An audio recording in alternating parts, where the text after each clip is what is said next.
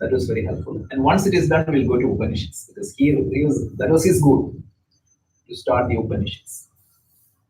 And if you can't make it here, that's on YouTube live, and then it's podcast. So this podcast also you can listen to it later on. So it's only live, right? So you cannot go back. You can go back. The videos are published every week. It is there. YouTube. Your channel, right? Yeah.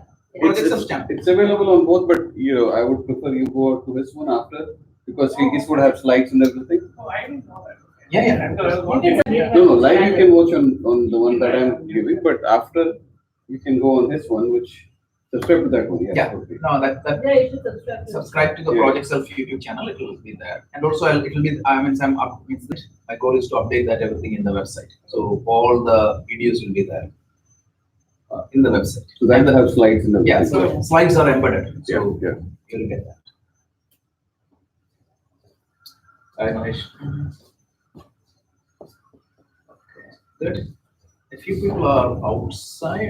Traveling. Kailash is traveling. A few other people are also traveling. So probably we'll get started on that.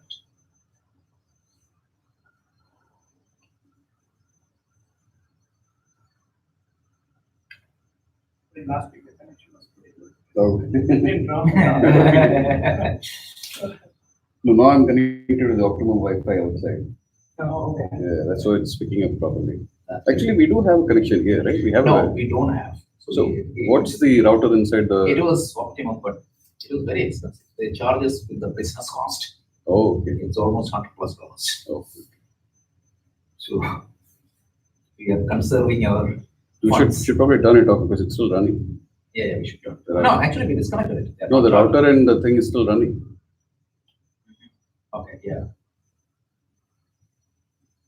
So Unless we're using it for this. no. No, it's not. Yeah. We can probably use that for Google Chromecast once we buy that. Yeah.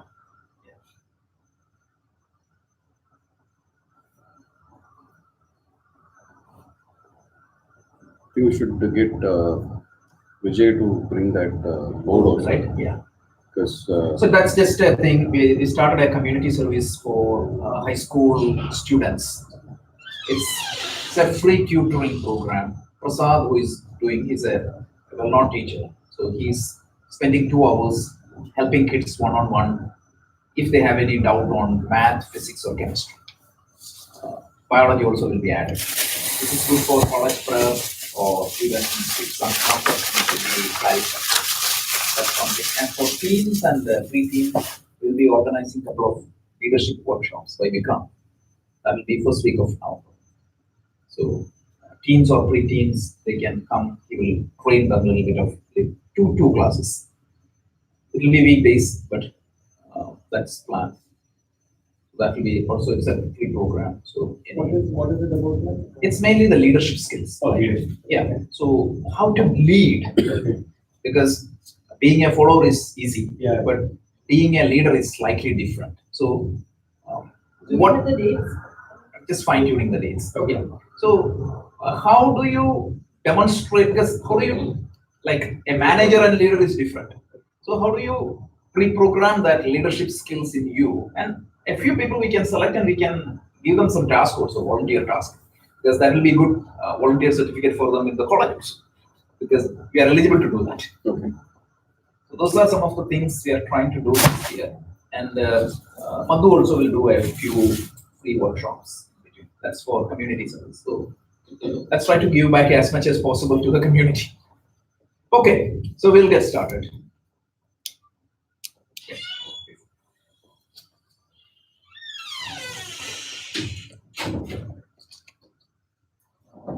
So we covered up to verse 27 last week. So a quick recap. What was the theme of chapter 1? By any means? Arjuna's Vishal Yoga. Yeah, but what does that mean to me? I don't care what happened to Arjuna, right? He is bought in front of the two armies. So from my perspective, how do I look at the first chapter? I want to understand what is happening to me, right? Why, like, how am I, what is happening in my mind? What type of thoughts and emotions comes to my mind? As a result, am I able to face the challenge in front of me? Right. Then, how am I exhibiting my skills? For example, I may have a skill. How am I exhibiting that skills in front of the challenges? Arjuna was a great archer, but what happened? We saw the Kapit, Twaja, all those definitions, Guta, Kesha, but in spite of his skills, you're going to an interview. That interview is a do or die for you.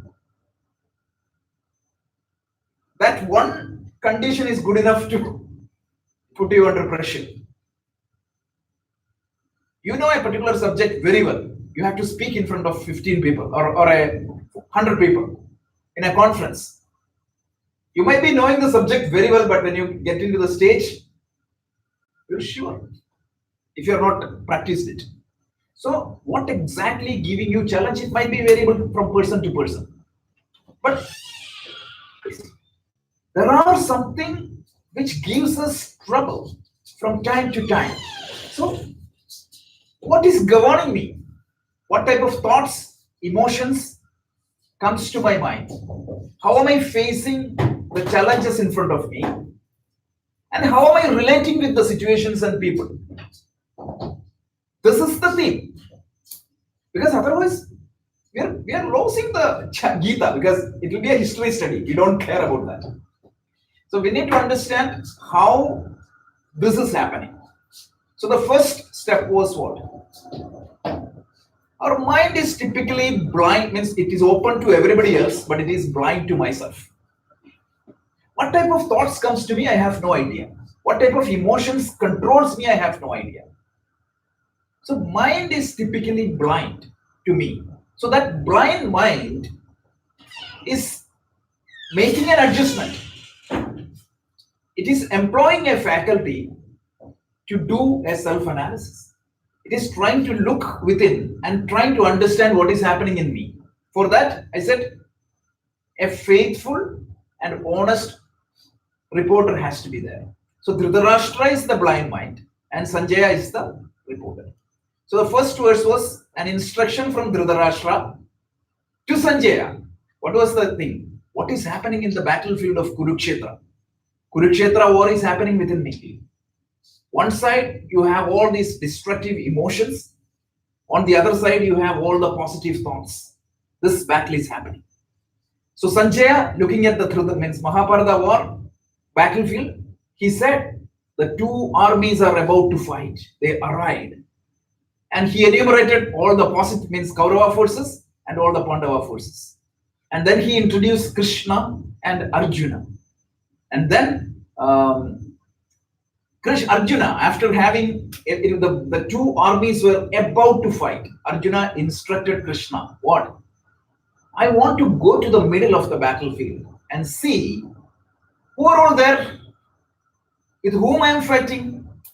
So Arjuna went there. That's what we saw. So symbolically or subjectively, what is that? The self-control in me, because I talked about one particular aspect in my mind, which is self-control, which is represented by Arjuna. So the self-control in me is trying to analyze what is happening and whom I should be controlling. And when my self-control looked at my own emotions and thoughts, what it found? They are all my relatives. The laziness is in me. The passion to smoke is within me, right? This passion to smoke, laziness, eating junk food, all the immoral activities, they are dear to me. Otherwise, they won't be in me. So all these negative forces and emotions in me are dear to me. What shall I do? If it is something, because I can say that my own personality, some people say that without that cigarette, I don't feel complete. In India, somebody says, right, they cannot even have their morning tea without a cigarette. That much addicted. And what is the speciality of the habits? Initially, you make the habit. Habit fix you cannot do. Then the habit makes you. Yeah. Your makeup will be completely determined by that habits. So this is the challenge. It is not that Arjuna has to go and kill like Kalakaya or somebody who is coming outside of the country. It's not that we are fighting a Ghazni or Gori who is coming outside. I'm fighting my own people. See, the civil war is always difficult. Why? You're fighting your own people. I'm fighting my own people. I'm not fighting enemies. So these tendencies, sleeping a little bit more in the morning, it is dear to me. Right? Going and eating all those junk food, it is dear to me. Correct? Some drinks with friends, it is dear to me. And for a kid, imagine that a kid, little bit Snapchat, it is dear to that kid. He's trying to control that. He's trying to control that gaming device, right? You want to, yeah, he feels that I'm a little bit more complete with that game. So it is not easy for us to control that thoughts and emotions in me. So that's where we were. So let's see the next verses. So what is the context? Arjuna saw these Kaurava forces and what is happening to him. We'll see. Let's listen to the chat. कृपया परयाविष्टः विषीदन्निदमब्रवीत् अर्जुन उवाच दृष्ट्वेमं स्वजनं कृष्ण युयुत्सुं समुपस्थितं सीदन्ति मम गात्राणि मुखं च परिशुष्यति वेपथुश्च शरीरे रोमहर्षश्च जायते गाण्डीवं संसते हस्तात् त्वच्चैव परिदह्यते न च शक्नोम्यवस्थातुं भ्रमतीव च मे मनः निमित्तानि च पश्यामि विपरीतानि केशव न च श्रेयोऽनुपश्यामि हत्वा स्वजनमाहवे. Okay, so this is brilliant. If you take a modern psychology book and read the symptoms of a psychic breakdown, this is exactly what you're going to see. So let's try to understand, because a couple of weeks back somebody requested to me go line by line, word by word. So let's try to see. Kripaya paraya avishtaha. Kripa means what? What is the literal meaning of kripa? Grace. Compassion. All right. That pity, compassion. So it's an emotion. What is the difference between an emotion and a thought? See, you have two brain centers. One is a thinking brain, and then another one is an emotional brain. The emotional brain communicates to us through emotions, right? It is something in your brain. There is something called amygdala, which is like an alarm system. What is the function of an alarm? It will give you a warning, right? So depending upon that, every emotion is a method of our body, to means mind, to communicate to your body that something is happening. It's like a dashboard. So kripa means it's an emotion. It is and kripaya paraya means great level. It's an adjective to the kripa. What type of kripa we had? Extreme kripa. Normal emotion is okay, but extreme emotion is problem. Anger is okay, extreme anger, problem. Aristotle once said, what? It's easy for anybody to get angry, but to get angry at the right time, at the right place, with the right person, at the right level, impossible. Isn't it? Anybody and everybody can get angry. So like that. So here what happened? Kripa was good, but extremely overwhelming emotion. And you all know that. When the emotions are overwhelming, what happened? Would you see properly? Othello, read Othello. Othello had extreme love for this lady, right? Desdemona. So yeah, so didn't put that. Just put that in the.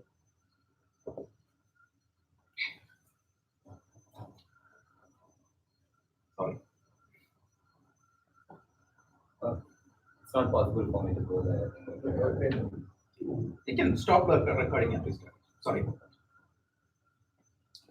Somebody wants to do that. Yeah.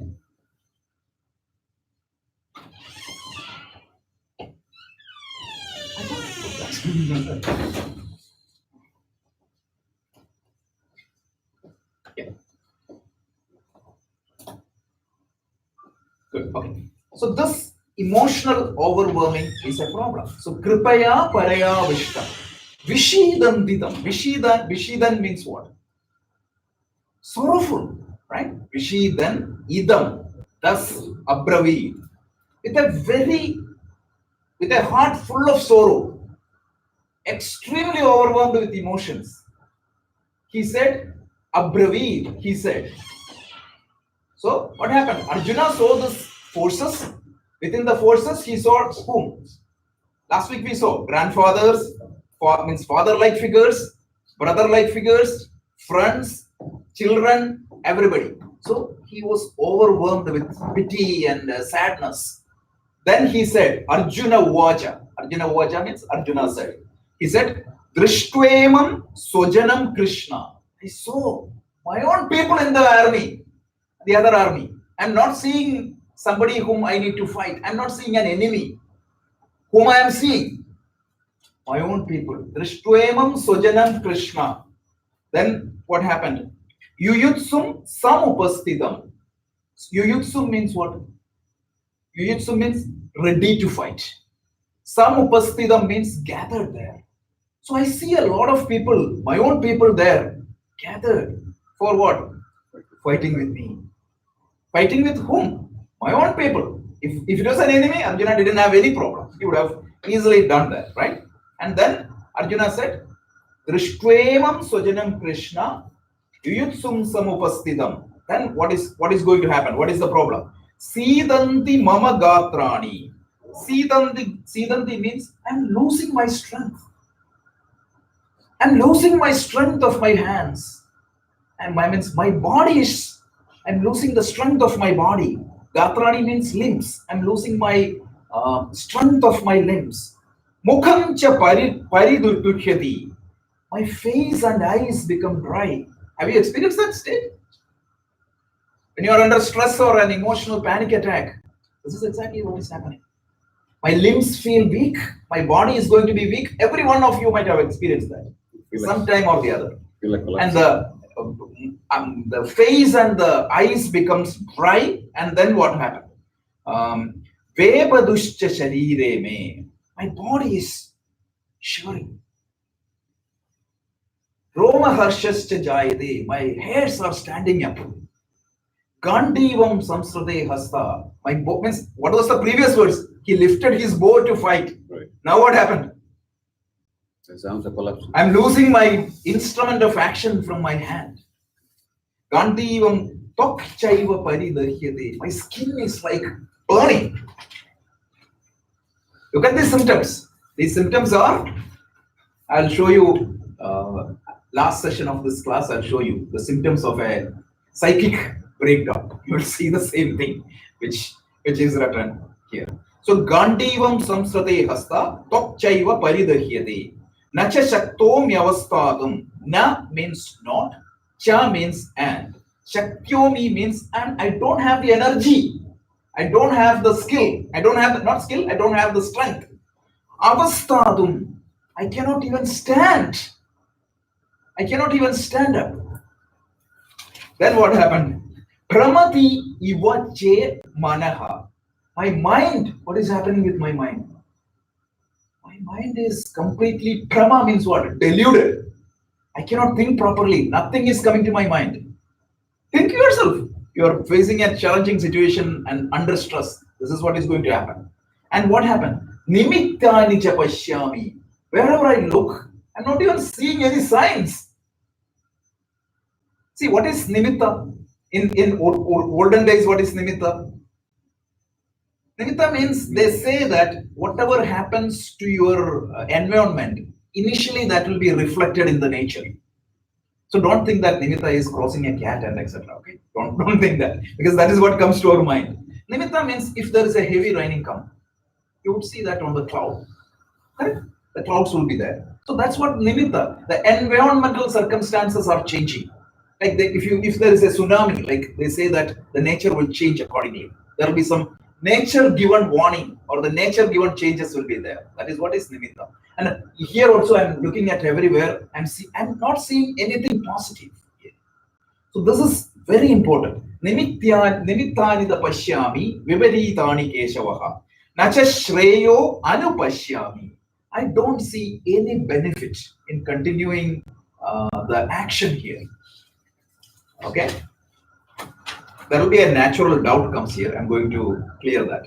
Hatwa sojana mahave. I don't see any benefit in annihilating my own people. Then what happened? Nakamshe vijayam. Okay. Nacha shreyo hatwa jana sojanam. So what was the sum total? He says, I don't see any benefit in fighting this battle because I see only my own people on the other side. And when I see my own people, what happened? My body is shivering. I am under stress. Now you may ask me, right? If you take the story, Arjuna is right. Yes. That is a logical question. Krishna didn't say Arjuna whether to fight the war or not to fight the war. Later you will see. He said, you cannot make a decision with a weak mind. Macbeth, Shakespeare says, right? Anything that comes out of a weak mind is not worth. That's all Krishna is saying. So now let's see the subjective meaning of this. So what is the self-control's dilemma here? So these verses brilliantly illustrate the challenge of the self-control. Arjuna means my own self-control. So we have a tough situation. Take one example, simple example. You are going to a buffet and that buffet is full of nice food, all the sweets, all the fried foods. What is your goal? New Year resolution? Eat healthy. So what is going to happen? Some thoughts comes to my mind. Your self-control is active, alert. The self-control look at what exactly I need to kill here. My craving for that sweet. My craving for that fried food. When the alarm rings early in the morning, 5 o'clock, what was my yesterday's hard resolution? Wake up on time. Wake up and going to do a 30 minutes workout. So self-control is alert at that point of time. The self-control looks in front. Who am I going to control? Myself. My passion for, my longing for sleep. So on the other side, what? The thought that tells me that, oh my God, last week your blood report was, the blood pressure is 150, 110. Your sugar is touching the border. So go and do the exercise. On the other side, the pleasure of sleep versus the determination. Destructive emotion versus discriminative thoughts, positive thoughts. Battle happened, self-control is in the middle. The problem is self-control thinks that sleep is also dear to me. Right? This is exactly what the Kaurava battle is. So Vyasa is a brilliant master. He took a historic battle, and he embedded these concepts on top of that. So this is the problem. When we face a tough situation, we find it difficult. The self-control find it difficult to execute. A tempting situation. If I make a small shortcut, I'm going to save a lot of money.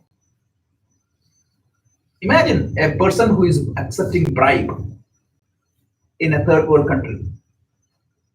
First time when he accepts the bribe, two conflicting thoughts will come for sure. Over a period of time, what happens?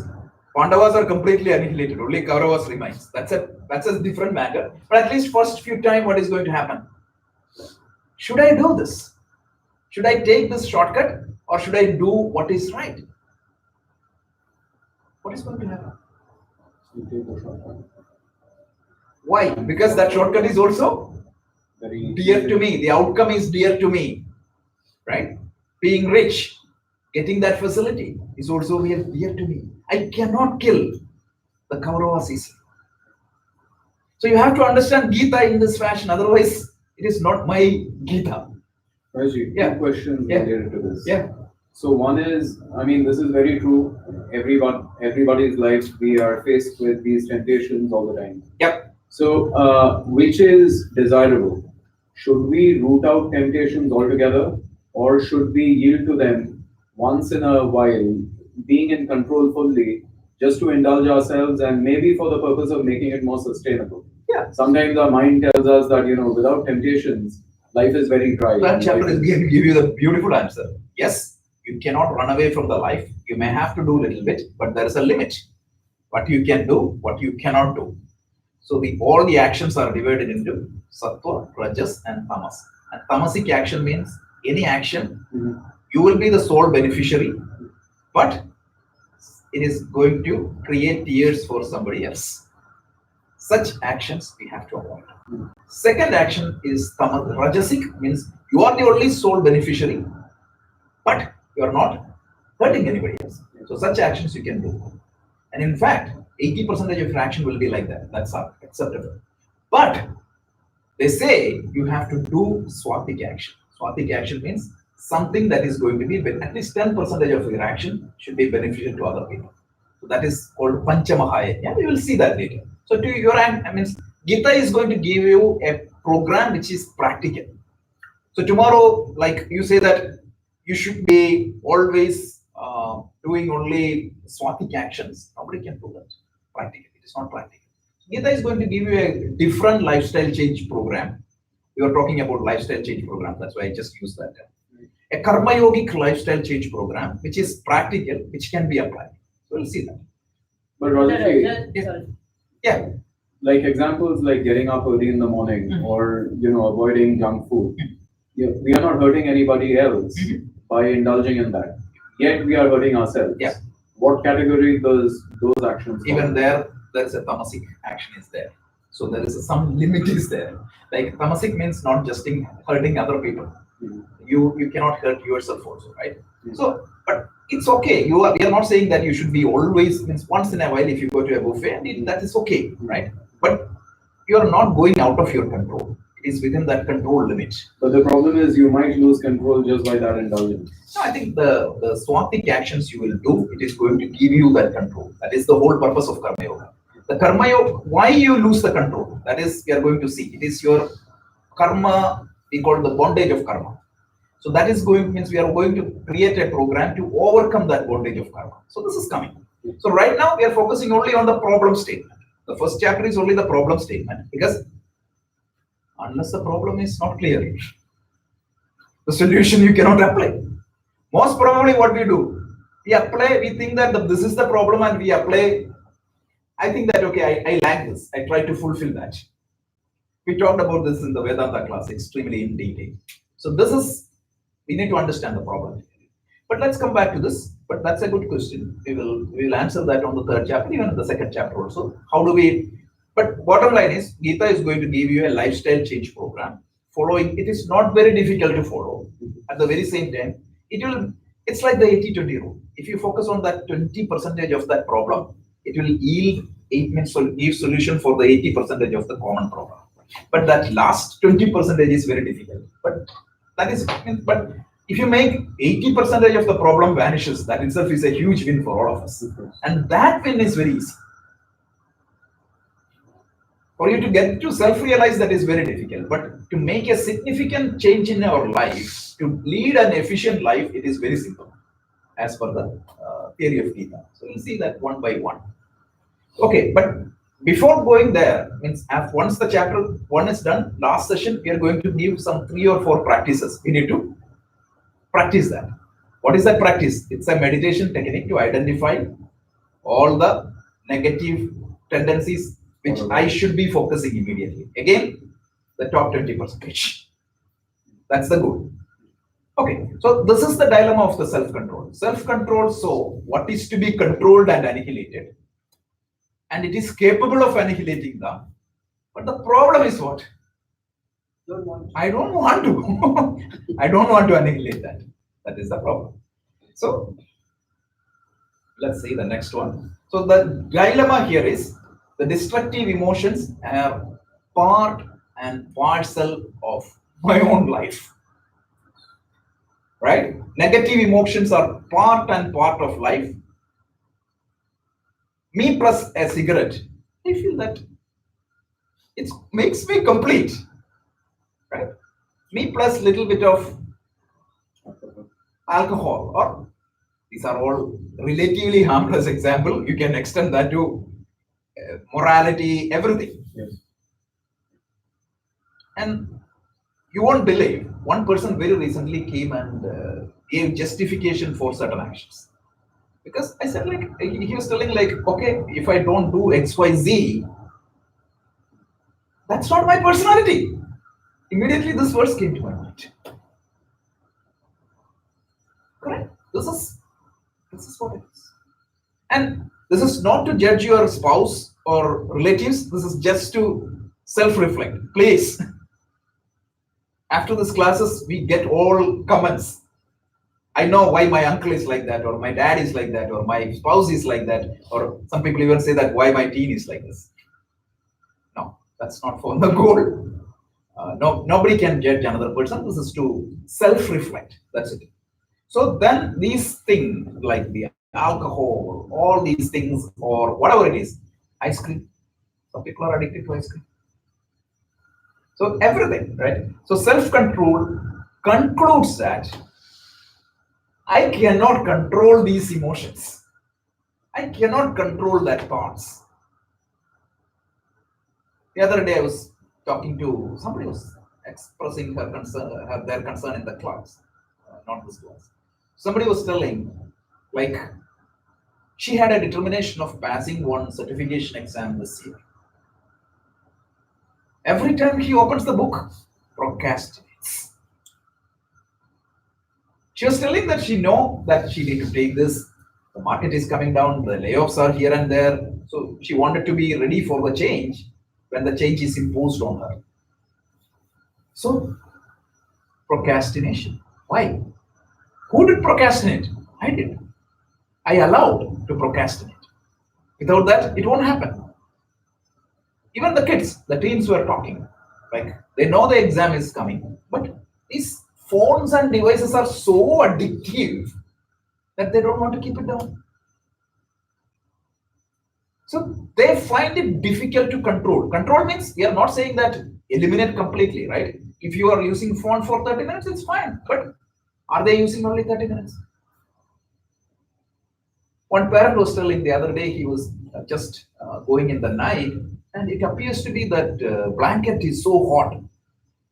They saw the iPad was active for hours. So this uncontrolled indulgence, imagine uncontrolled indulgence in sense objects, it creates problem.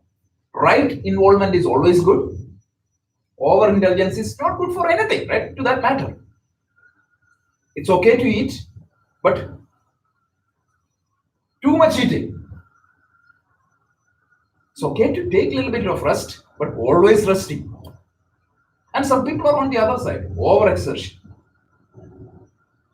So that's why in 6th chapter of Gita, you say lifestyle change words, right? I talked about that last week and requested each one of you to study that. What was that? Yuktahara viharasya, yukta cheshtasya karmasu, yukta swapnavabodhasya, yogo bhavati dukkha.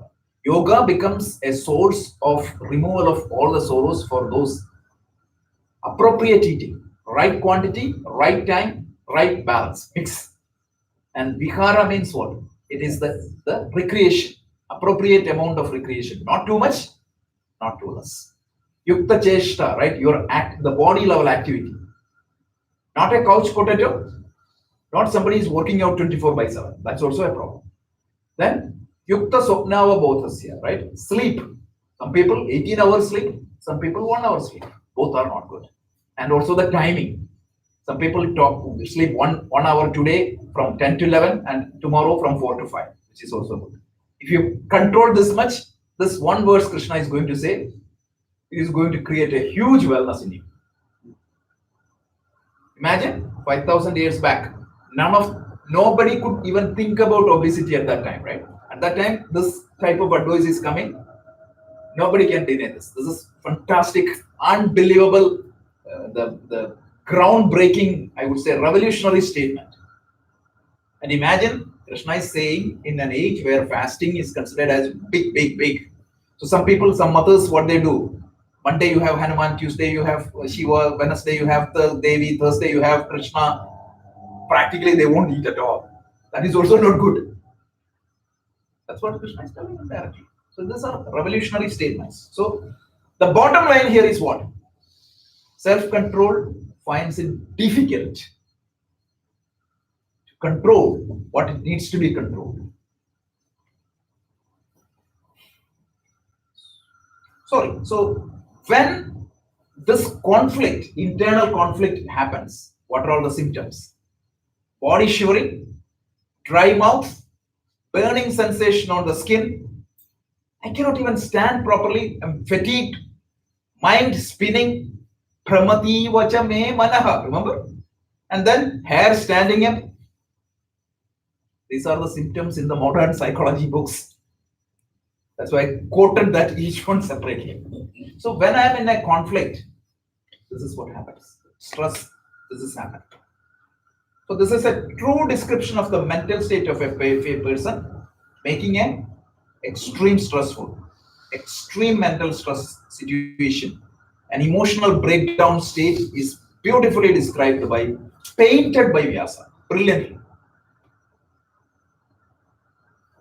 So then what is the impact of this on the mind? So whatever tools available to me, I cannot use. I may have the best lifestyle change program. I may have the best exercise machine in my home. I saw most of the people use that to put clothes. Isn't it? Yeah, very true. Treadmill, I saw like, so the instrument is available to me, but it becomes useless. See, they say, right, when you have the right frame of mind, when you're a good person, even a bad thing happens to you becomes great. So in our Shiva Purana, right, in a Tamil literature, they say, for Lord Shiva, even this Kalakuta became an ornament.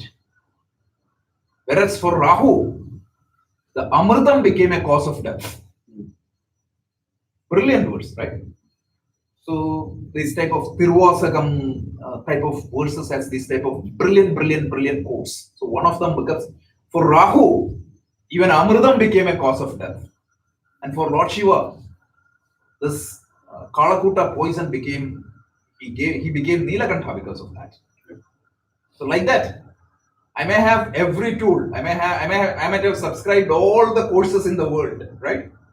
For artificial intelligence or data science, etc. But procrastination. It's not that I don't have tools. Some people, I've seen people, one fine morning they determine to become healthy. So they go and buy all the green tea, hiking shoes, everything. Fast forward 6 months. Shoes will be lying here. The green tea will be given out to charity, or they take that and keep it at work. Somebody else will benefit. So this is what is happening. So tools becomes useless. And what is the next problem? Such people, wherever they look, they see only problem. One person was telling me, wherever he looks, he sees only 13. So look at the clock, it is 13. Look at the computer, it is 13. Wherever he looks, he sees only 13. So I was telling him there are other numbers, but your mindset is forcing you to see only 13. So that bad omens. So I'm just telling Arjuna's symptoms into our life. This is not something that you should just read and pass it on. It's our own story, everyday story. So this is the impact on the body. And thus, as a result, I feel helpless. I feel lack of interest in the daily activities. appetite or weight loss, this can happen, and sleep patterns. So many people comes to here for meditation comes and tells me like their sleep is affected. They cannot sleep properly. And then anger or irritability. Even look at the teens. Sometimes if they are under stress, a lot of people knows right how they behave. Irritation, anger. This is all. It's not that they are acting irritated, but this is their mental state. That is what it's showing. So these are some of the symptoms. More symptoms are there: loss of energy, self-loathing, reckless behavior, concentration problem, unexplained aches and pains. These are from psychology. So this is from the modern psychology. When you are affected by these type of situations, your body feels that. You can read all this from the slides. So, and then what is the conclusion? I don't need to gain control over the body, emotions, and thoughts. Better, I'll go with the demands of my sense organs. I told you about the story in the Vedanta class, right? Intermittent fasting, somebody was started. If you haven't done that, please do. It's fantastic. So I'm trying to arrange a session on that. It will be very useful because it can do wonders. If you haven't heard of that, just do some research. So somebody was doing intermittent fasting, and how he was breaking the fast was by having a double hookah one. It just defeats the whole thing. So then what happens? Cravings of the mind. I just surrender. I think that okay. And then what you will see, what Arjuna did, we will do. Once I surrender, okay, they will come up with fantastic explanation. Right? They say that after all, there is only one life. So eat, drink, and enjoy whatever you want to do. For their weakness, they will come up with some brilliant justification.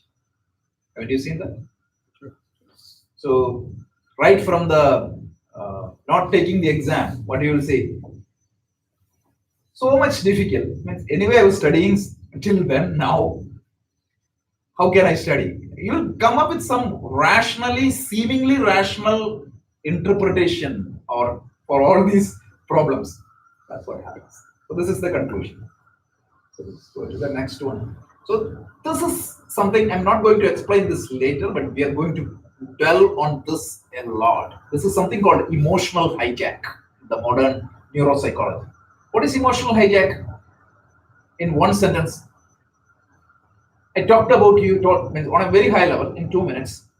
When the brain is fed with the same input, your emotional brain will analyze the situation and your thinking brain is going to analyze the situation.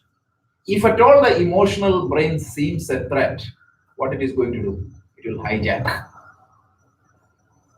It will hijack your brain, and then what is being executed is it's a program, pre-programmed routine from your brain. That is why you see that sometimes you behave completely unexplained. One story, and then we will move on. In 1980s, one couple. This is a very famous story. It came in New York, New York newspaper multiple times. A couple was coming back on a Friday night, 12:30. At that time, this theft and these attacks on the houses was very much.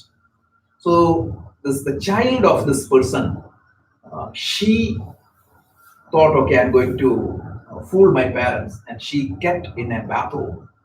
And when the father came and opened the door, he thought that okay, somebody is in my bedroom. What did he do? He took the pistol, and suddenly he went into the bedroom. This girl jumped on him without thinking much. He shot, and this girl passed away. It's a big tragedy.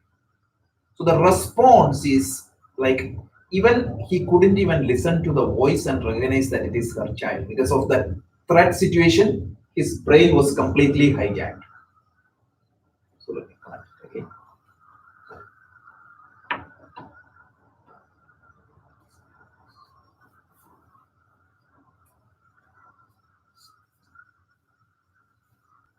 Sorry, connection.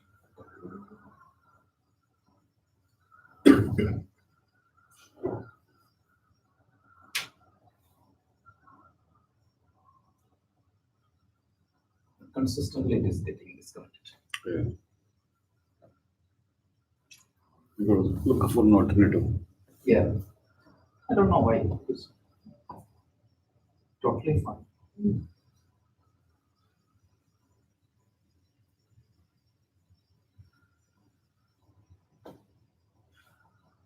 Okay. Okay, so now let's go to the next set of verses.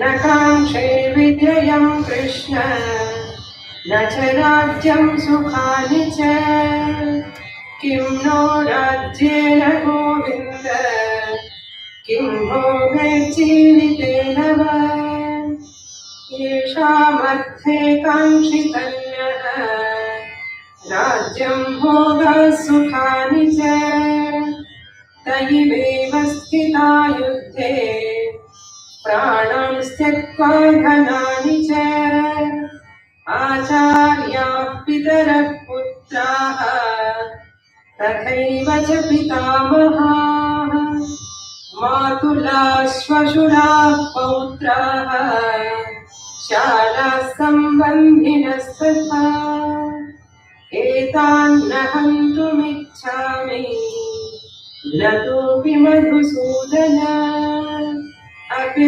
त्रैलोक्यराज्यस्य हेतोः किं महि कृते निहत्य धार्तराष्ट्रान्नः का प्रीतिः स्यात् Janardan पापमेवाश्रयेदस्मान् हत्वैतानागतायिनः. So, what would be the next sequence? I find it difficult to control certain emotions in me. What would I do? Justification. Yeah. Right? Yeah. Some justification. So the Arjuna is going to. That's it. So you have to see this from two different angles. One is what is happening with Arjuna, and then what is happening with me. So that's the pattern I'm following, right? Every verse, first I explain what is happening to Arjuna, and then what is happening with me, because otherwise it is Arjuna's story. We don't get it. So he tells, and just these verses are just we can pass through. That's why I'm covering 4 or 5 verses together. I already explained when we go to chapter 2, we'll go only 4 verses a day. So Arjuna is saying, who is there to fight? My teachers, my uncles, my grandsons, grandfathers, father-in-laws, brother-in-laws, all these relatives are there. They are willing to kill me or to be killed. Means I cannot do that. Even if I do that for the entire world, I will not do that, because even for the 3 worlds, for gaining power of the 3 worlds, I will not do. Then what is the point in doing that for this small kingdom? And then he said that I have no wish to kill and would rather be killed by them rather than killing them, right? And I don't even care to rule the 3 worlds. What about this earth? And then he tells, oh Krishna, what is the pleasure I'm going to be gained by these relatives? We would incur sin only. I know that he used the word atatai. They are the one who deserve to be punished, but I don't want to do that. So the problem is, so from an Arjuna perspective, let's see, he find it difficult because Raga, remember that 3 sequence we said? Raga, then remember that 3 sequence we said, what are the problem? See, you've pinged that. You expect certain outcomes from every result. There is nothing wrong in that. And then what is going to happen? I become extremely obsessed with that particular outcome. For example, if you want your son to go to say UPenn, it is completely fine. But when I get obsessed with that, what is going to happen? If he doesn't get into it, then Your son will tell. If you get too much obsessed into that, you will be putting a lot of pressure on him, and eventually he himself will give up. So Dr. Mistry, who comes to our workshop, he had a few counseling after the workshop. So he was talking to us after that. Few kids reached out to him, and a couple of people went into Ivy League, and the kid wanted to give up immediately. This was the pressure. I'm not saying that you should put the effort, but when you get obsessed, what is going to happen? Emotional overwhelming is going to happen. When the emotional overwhelming is going to happen, I lose my ability to make right choice. This is the simple problem of chapter 1. Extreme obsession with outcomes, not extreme want. We all want outcomes. We all want to try for outcomes because Karma Yoga tells plan out your work, then work out your plan. And Karma Yoga adds what? Former without latter, meaning planning without work. As per the Karma Yoga, it's a waste of time. And latter without former, work without planning is an unproductive confusion. So this is brilliantly given. This is the brilliant modern management lesson. But when I have that obsession, what is going to happen? Krishna is saying that then if you want to execute a task, you have to maintain an emotional stability. When that emotional stability is gone, your ability to do that action properly is impacted. And when this is impacted, you get into moha. So raga leads to krodha, leads to moha. So this keep in mind because this is the story of chapter 1. So then Arjuna is giving all these explanation. From what mind? From an emotionally overwhelmed mind, he did that. So what Krishna did is, Krishna brought his mind into that emotionally stable state. That's it. And then whatever decision you make, that is good. So the Bhagavad Gita is not a war-mongering textbook, or Bhagavad Gita is not saying somebody to kill somebody. It is saying that whatever decision you make, it has to be from an emotionally stable mind. Let's say that a set of cops were deputed to control a mob violence. And when they went there, they saw that, okay, in India it is common. This is my caste people organize this agitation. And they are throwing stones. And the cop was given order to contain them, or means take control over the charge. So the leader of the cop, if you go there and say that I cannot do it, and also the army, right? When you're fighting the battle, the commander-in-chief come back and say that I'm a proponent of non-violence. What value it has? Then you should not be in the army first. That's the whole thing. So understand from that perspective. So Arjuna, in this particular case, what he does is he is giving a lot of explanation why he cannot fight this civil war.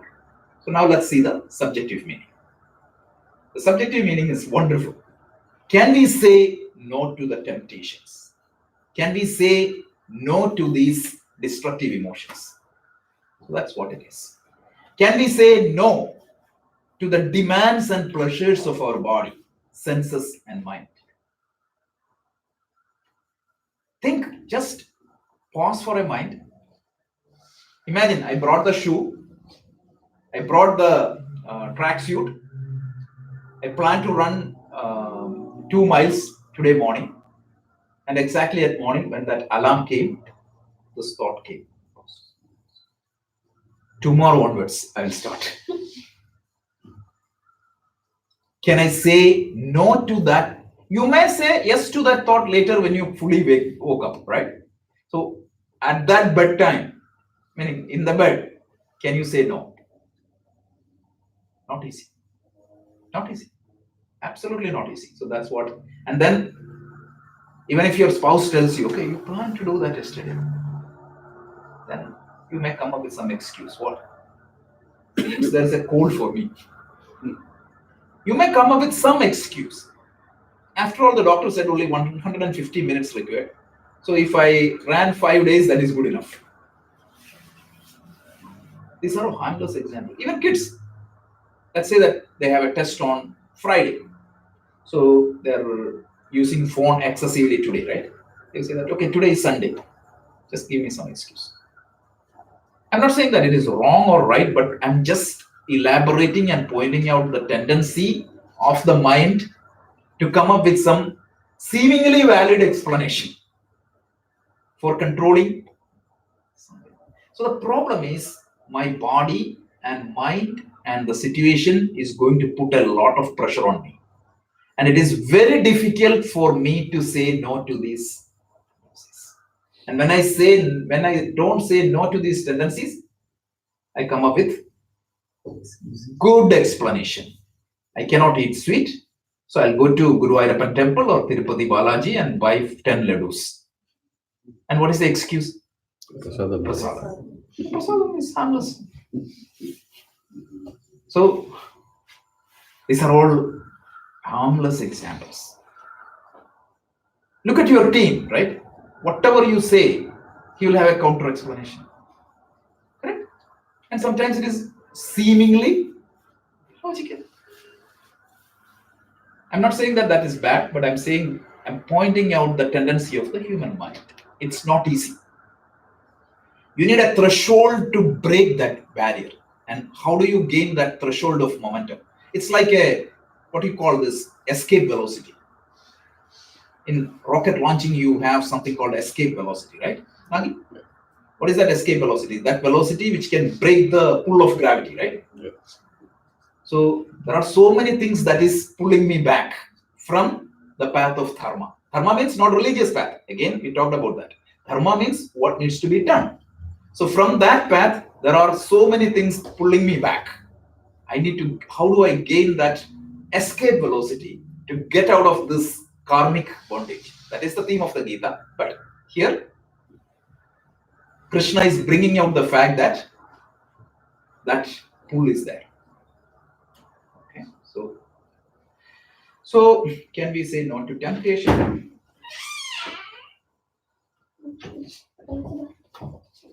Okay, so what is the excuse it is going to give? If all the emotional tendencies or negative thoughts are destroyed, okay, tomorrow I'm not going to eat food. Food means junky food. I'm not going to indulge with alcohol. I'm going to stop smoking.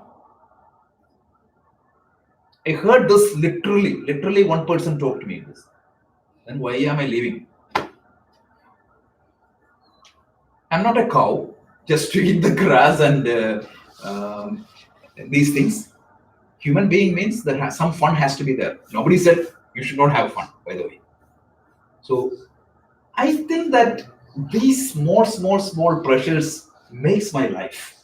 And I feel a little bit of emptiness in losing all these things. This is what the challenge is. So I would then finally what I conclude.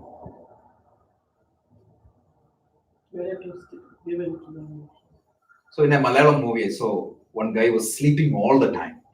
So the wife was asking, your cholesterol is so high and blood pressure is so high. You could control this with exercise. And he said, like eating a pill is much easier than doing all this exercise. I will take that path. So this type of excuses will come up. So I would just go down with that. And then I come up with all the excuse. I will say that, sorry, it is because it is hard to give up on these pleasures. So I'll find some reasons to explain this. And finally, how many of you made New Year resolution this year? Yes, everybody. At least you are wise not to make it. Everybody. And how many of you are continuing now? I talked about a website last week. Right? That's a website you can Continuing go. from this year, like, or in general, whatever. In general, like how many New Year resolutions so far we made and how many of them we are continuing? It's so funny, like every December 31st, people make a lot of resolutions, people put that in OneNote, people put that in print out and sign it somebody. For what? Finally, they give up. So actually there was an interesting survey. A lot of people pledged they will do a 10K steps every day. And the result was less than 5% maintained it. Can you imagine? That much bad it is. Why? Somewhere around the line, I surrender.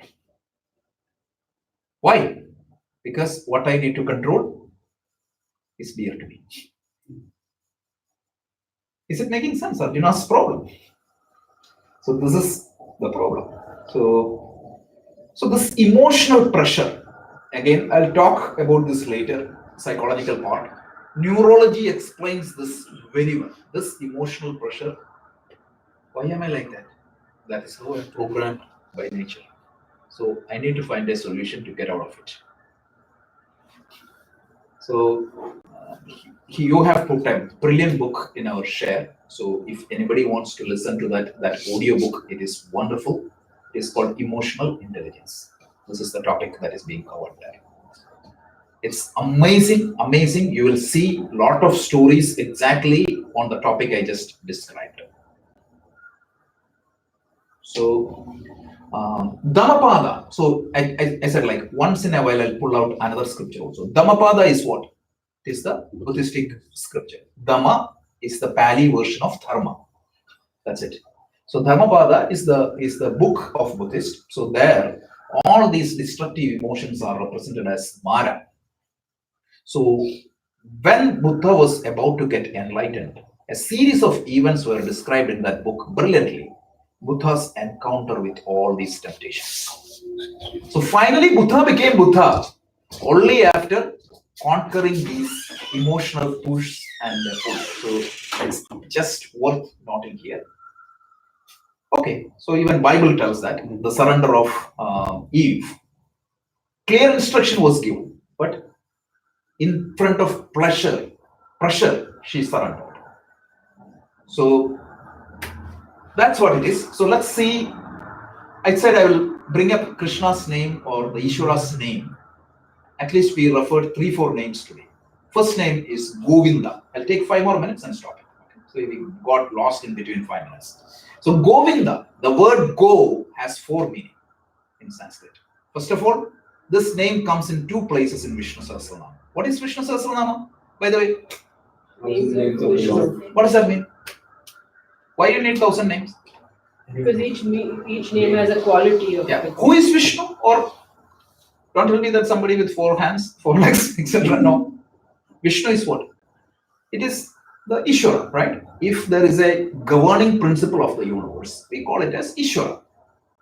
And if that governing principle is there, or the absolute reality of the universe, can you describe that absolute reality in finite words? Can you describe infinite in finite words? No, it's impossible for anybody to describe infinite in finite words.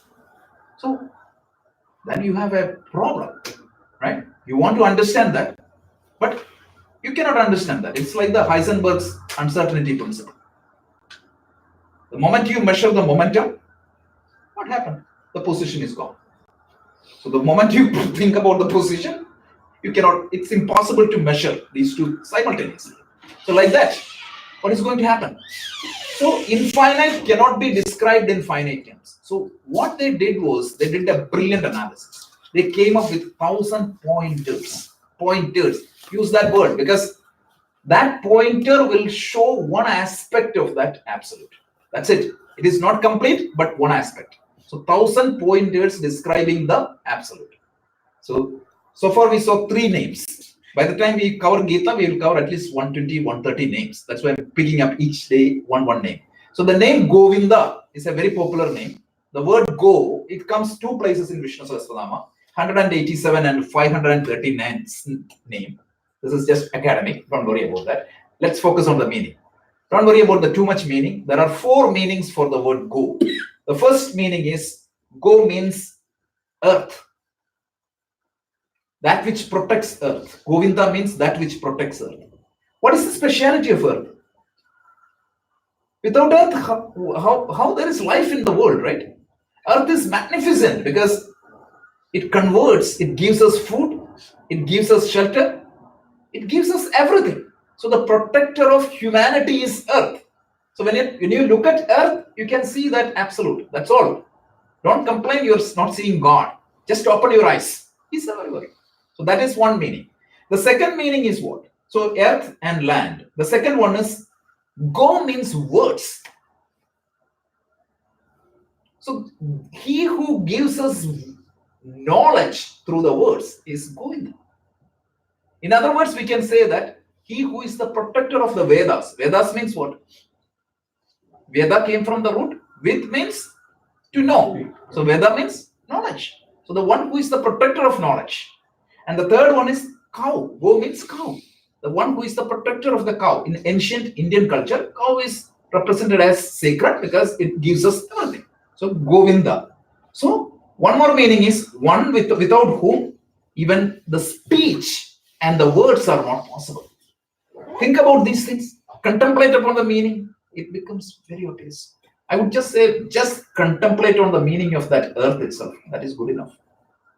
So you can see Ishvara through this contemplation on these names. So one name is Govinda. The second name we had was Keshava. There are two meanings for the name Keshava. Again, the Keshava comes two places in Vishnu Sahasranama, 23rd and 248. I'm just giving the name just to show that I'm not bluffing. That's it. Okay, so two places it comes. One is one name of Krishna, because the Sahasranama visualizes God in three different forms. One is a formless, nameless reality of the universe.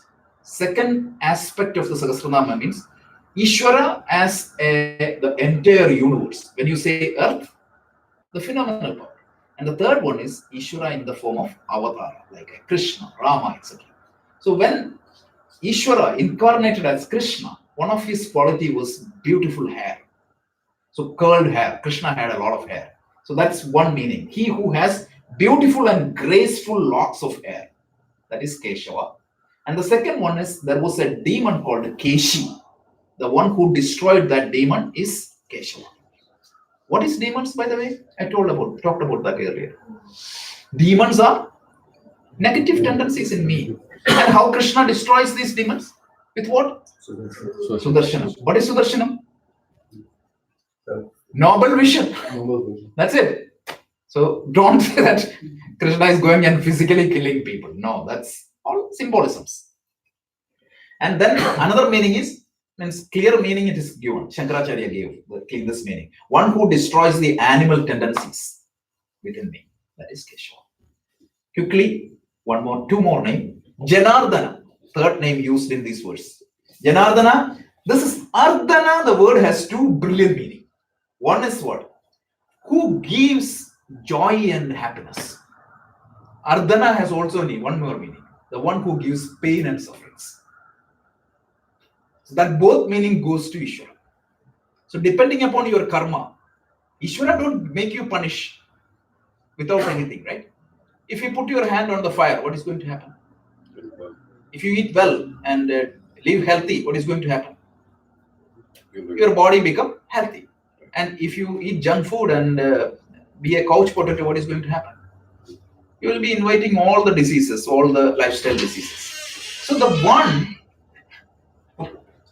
one who is giving the result of the karmas, he is not giving the result. You are getting blessed because of your karma, or you can say that I am punished because of my karma. These two are, for example, I followed a good lifestyle. What is going to happen? I am blessed. And when I follow a bad lifestyle, what is going to happen? I am punished. So the one who governs these laws of the nature is known as Janardana. So the one name gives two aspects. Brilliant.